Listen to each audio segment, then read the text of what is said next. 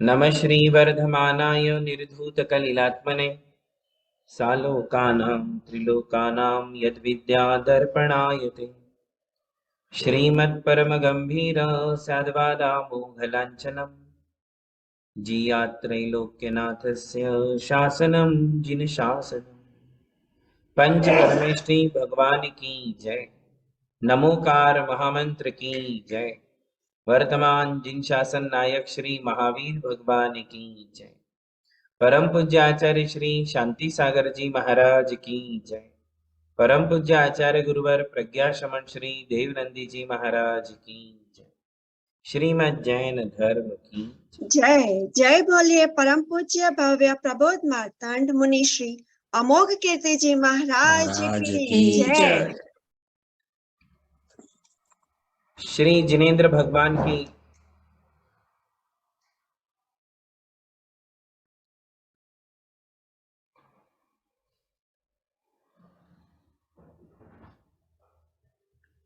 श्री जिनेन्द्र भगवान की महिमा हम निरंतर सुनते आ रहे हैं। जिनबिंब दर्शन का क्या महत्व है, इसे हमारे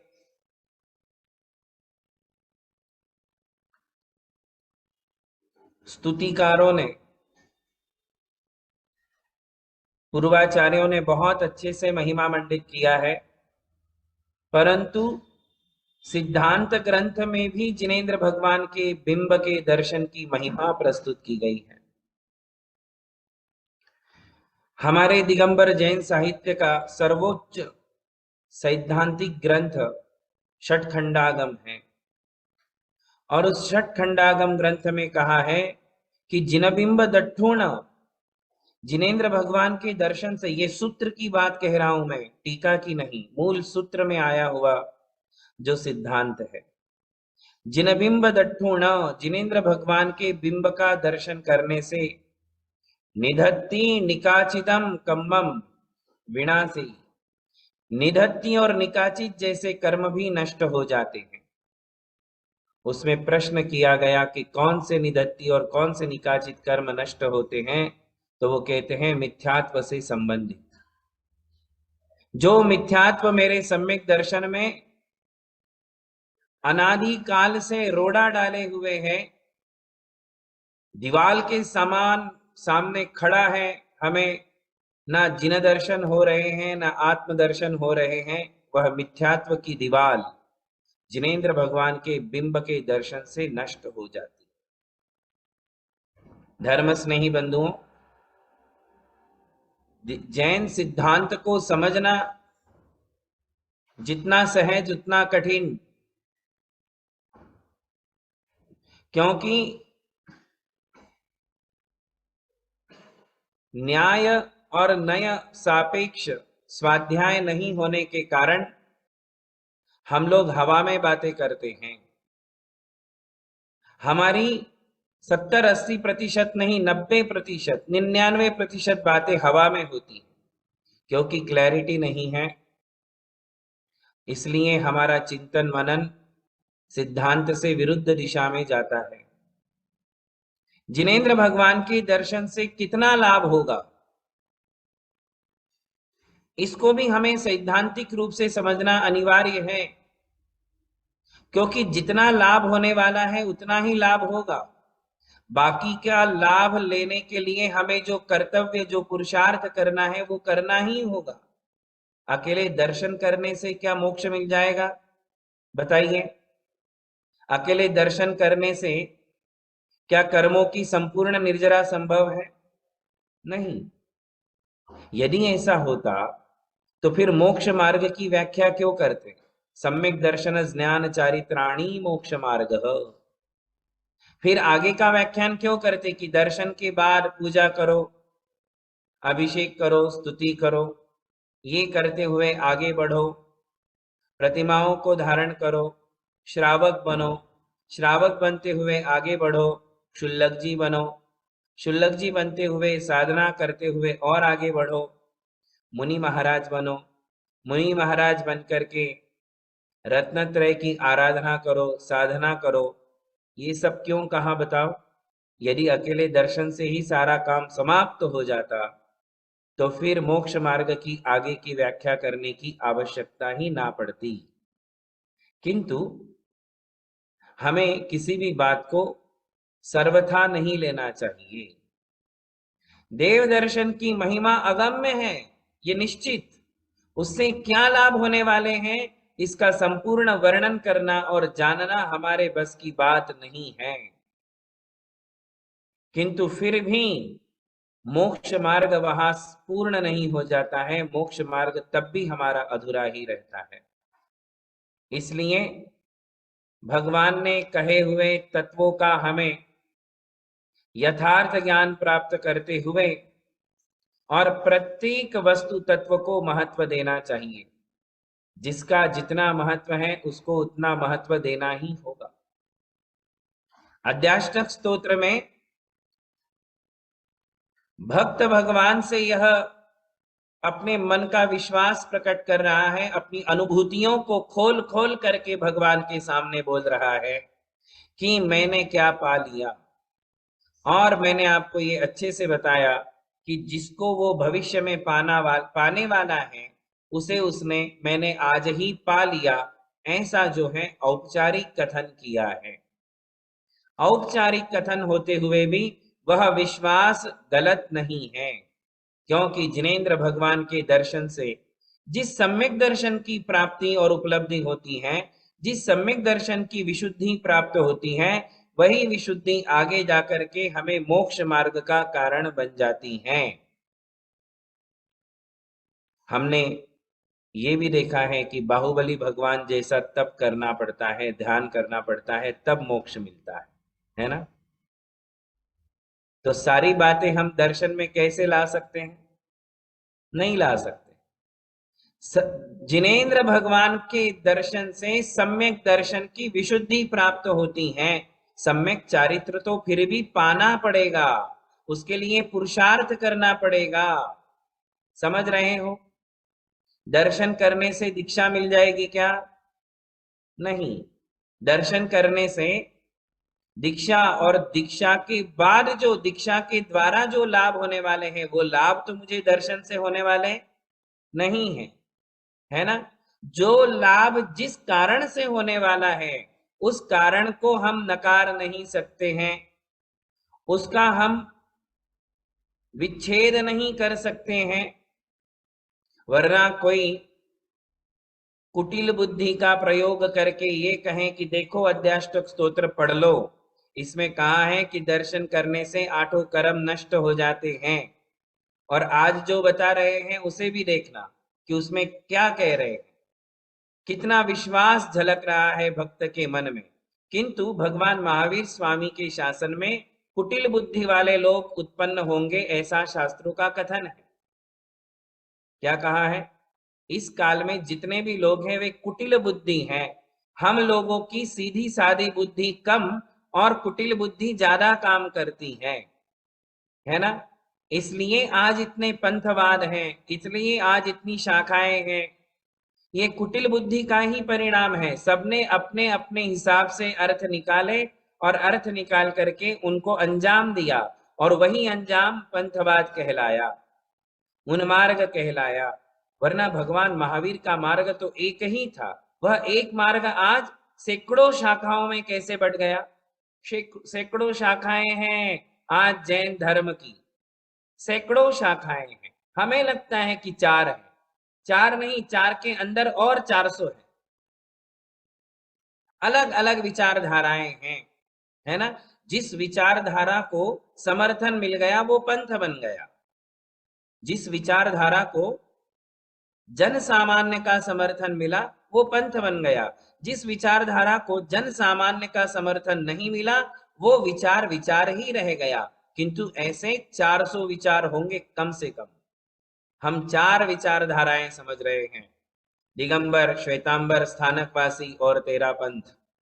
ये 4 विचारधाराएं हम समझ रहे हैं, 4 नहीं है, सैकड़ों। किंतु जिन जिन विचारधाराओं को बल मिल जाता है वो पंथ बन जाता है, वो मार्ग बन जाता है। किंतु धर्म स्नेही बंधुओं, भगवान महावीर स्वामी ने जो मार्ग दिया वह एक ही था, जिन मार्ग था, मोक्ष मार्ग था, सन्मार्ग था, उन मार्ग के लिए वहां स्थान ही नहीं था। इसलिए हमें कुटिल बुद्धि का प्रयोग नहीं करना चाहिए। जिसको जिस नए के दृष्टि से कथन किया गया है, जिस अपेक्षा से जिस बात का विचार किया गया है, कथन किया गया है, उसे उसी अपेक्षा से स्वीकार करना चाहिए।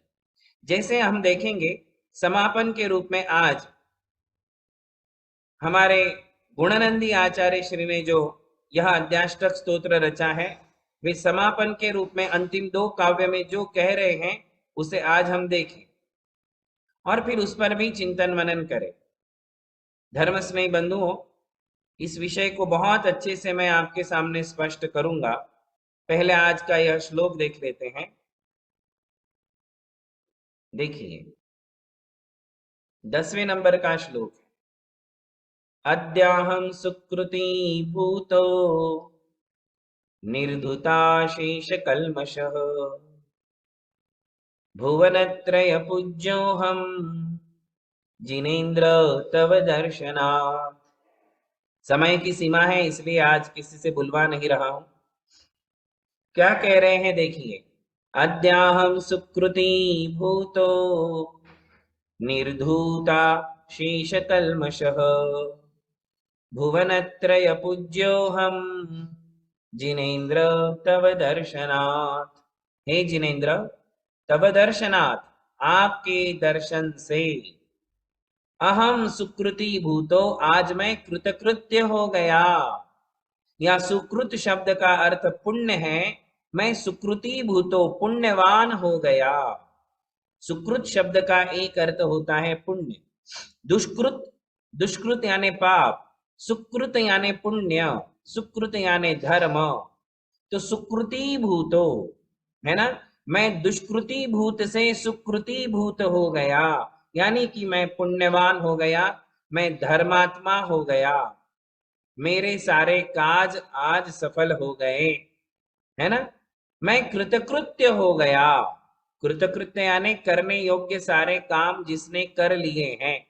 हालांकि ये विशेषण अरिहंतों को दिया जाता है कि हमारे भगवान कृतकृत्य है, किंतु यह भक्त कह रहा है कि मैं कृतकृत्य हो गया, है ना। भक्त कह रहा है। और क्या हो गया, निर्धुता शेष कल्मषः। यहाँ शेष नहीं अशेष है, अशेष कल्मषः है ना। निर्धूत प्लस अशेष कल्मषः, इन दोनों को जोड़ देने से निर्धुता शेष कल्मषः। मेरे अशेष यानी संपूर्ण, कल्मष यानी कलुषता, मेरे मन के अंदर की संपूर्ण कलुषता निर्धूत, स्वच्छ हो गई है, धुल गई है। अब मेरा मन कलुष्य रहित है, उसमें किसी प्रकार की मनोमालिन्यता नहीं है, कलुषता नहीं है। कषायों से मुक्त हो गया। कषायों से मैं क्या हो गया, मुक्त हो गया। मेरी सारी कषाएं धुल गई हैं, है ना। ऐसा कह रहे हैं। ऐसा होता है क्या, आप विचार करो, है ना। बहुत लोग सोचते हैं कि कषाएं कम नहीं हो रही हैं, दर्शन से क्या लाभ हुआ। क्या कहते हैं, कषाएं कम नहीं हो रही हैं, दर्शन करने से क्या लाभ हुआ। घर में ऐसे विचार करने वाले लोग हैं, अरे तू तो इतना दर्शन करता है, अरे तू तो रोज दर्शन करती है, तेरी तो कषाएं ही कम नहीं होती है। ऐसा बोलने वाले लोग हैं कि नहीं, कि तेरा तो गुस्सा अभी तक ज्यों का त्यों है, रोज दर्शन करने से क्या फायदा, तेरा तो ईगो कम ही नहीं होता, रोज दर्शन करने से क्या फायदा। ऐसा बोलने वाले लोग हैं। इस बात को अपन थोड़ा अच्छे से समझेंगे, है ना, इसको थोड़ा अच्छे से समझेंगे। तो यहाँ भक्त कह रहा है कि मेरी तो सारी कषाएं धुल गई हैं, भुवनत्रय पूज्यो हम। और जो यहाँ कह रहे हैं, ये बड़ी जोरदार बात बता दी उसने कि मैं तो अब भुवनत्रय पूज्य हो गया। अहम भुवनत्रय पूज्य, मैं तीनों लोक में पूज्य हो गया। सारे के सारे विशेषण जिनेंद्र भगवान के हैं। सुकृति भूतो कृतकृत्य कौन है? भगवान। निर्धुताशेष कल्मषः, सारी की सारी कषायों को जड़ से खत्म करने वाले कौन है? कषाय रहित कौन है? तो जिनेंद्र भगवान। भुवनत्रय पूज्य, तीनों लोक में पूज्य कौन है? तो भगवान। और भक्त कह रहा है कि मैं हो गया। क्या कह रहा है? कि आज मैंने आपके दर्शन किए हैं, आज आपके दर्शन से मैं कृतकृत्य हो गया, मैं अशेष कषायों से रहित हो गया, मैं तीनों लोक में पूज्य हो गया। कौन कह रहा है? भक्त कह रहा है। अब ये क्या है? ये है उसके विश्वास की चरम सीमा। क्या है? उसकी श्रद्धा का चरम स्तर है, जो ऐसा वह कह रहा है कि मैं तो तीनों लोक में पूज्य हो गया। तीनों लोक में पूज्य कौन होते हैं आपको अच्छे से पता है। अभी तो आप अपने घर में भी पूज्य नहीं हैं। अभी तो आप अपने घर में भी नहीं पूजे जाते हो। आपकी कोई पूजा कर रहा है क्या घर में? आपको कोई अर्घ चढ़ा रहे हैं क्या? बताओ। है? आपको पूज्यता की दृष्टि से कोई देख रहा है कि अपने ही घर में विचार कर लो। है? कोई नहीं कर रहा है। हम अपने घर में, अपने गांव में पूज्य नहीं बन पाए, तीनों लोक में कैसे पूज्य हो गए भाई? तो ये भक्त का चरम विश्वास है कि भगवान की सन्निधि में हूं, भगवान के नजदीक हूं, भगवान पारसमणि के समान है और ये मुझे अपने समान बना लेते हैं। है ना? भगवान मुझे अपने समान बना लेते हैं, इसलिए मैं आज ही ऐसा विश्वास करता हूं कि मेरा काम हो गया, मैं तो पूज्य हो गया, मैं तो वीतराग बन गया, मैं तो कृतकृत्य हो गया। ऐसा एक भाव, एक विश्वास, एक श्रद्धा भक्त यहाँ प्रकट कर रहा है। बिल्कुल गलत नहीं है, बिल्कुल भी गलत नहीं है यदि उसको विश्वास के रूप में स्वीकार करते हैं तो। है ना? किंतु कुटिल बुद्धि के द्वारा उसको स्वीकार करोगे तो, कुटिलता का प्रयोग करोगे तो फिर आप जो है एक नया पंथ खड़ा करोगे कि मैं वीतराग हूं, मैं ही भगवान हूं और मेरा काम हो चुका है, अब सब आप मेरे भक्त बन जाओ।